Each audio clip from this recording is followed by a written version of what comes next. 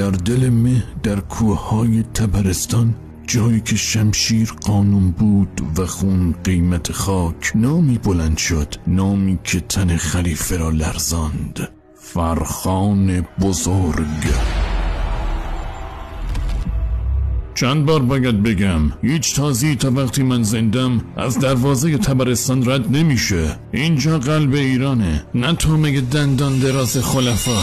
سپاه خلیفه از دشت ری بالا آمده بود. هزاران نیزه، هزاران زره، هزاران زبان که به عربی فقط دعا می‌خواندند برای نابودی ایران. ننگ بر شما جنگجویان تبرستان، تسلیم بشید، خلیفه بر شما حکم کرده.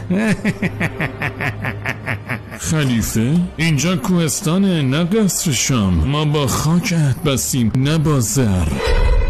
در جنگل‌های تار و ساکت شعله نبرد زبانه کشید. سپاه تازی‌ها در گل و لای و سرمای تبرستان گیر کرد و فرخان با 300 مرد آتش در دلشون انداخت.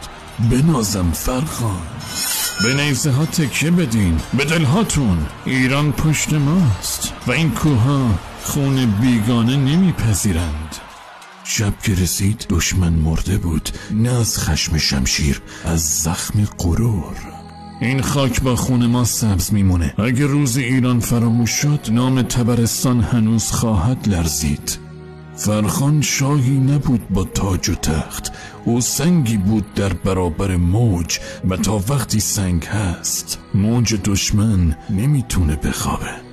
به افتخار فرخان، بزرگ مرد ایران، کامنتو رو پر از قلب قرمز کن.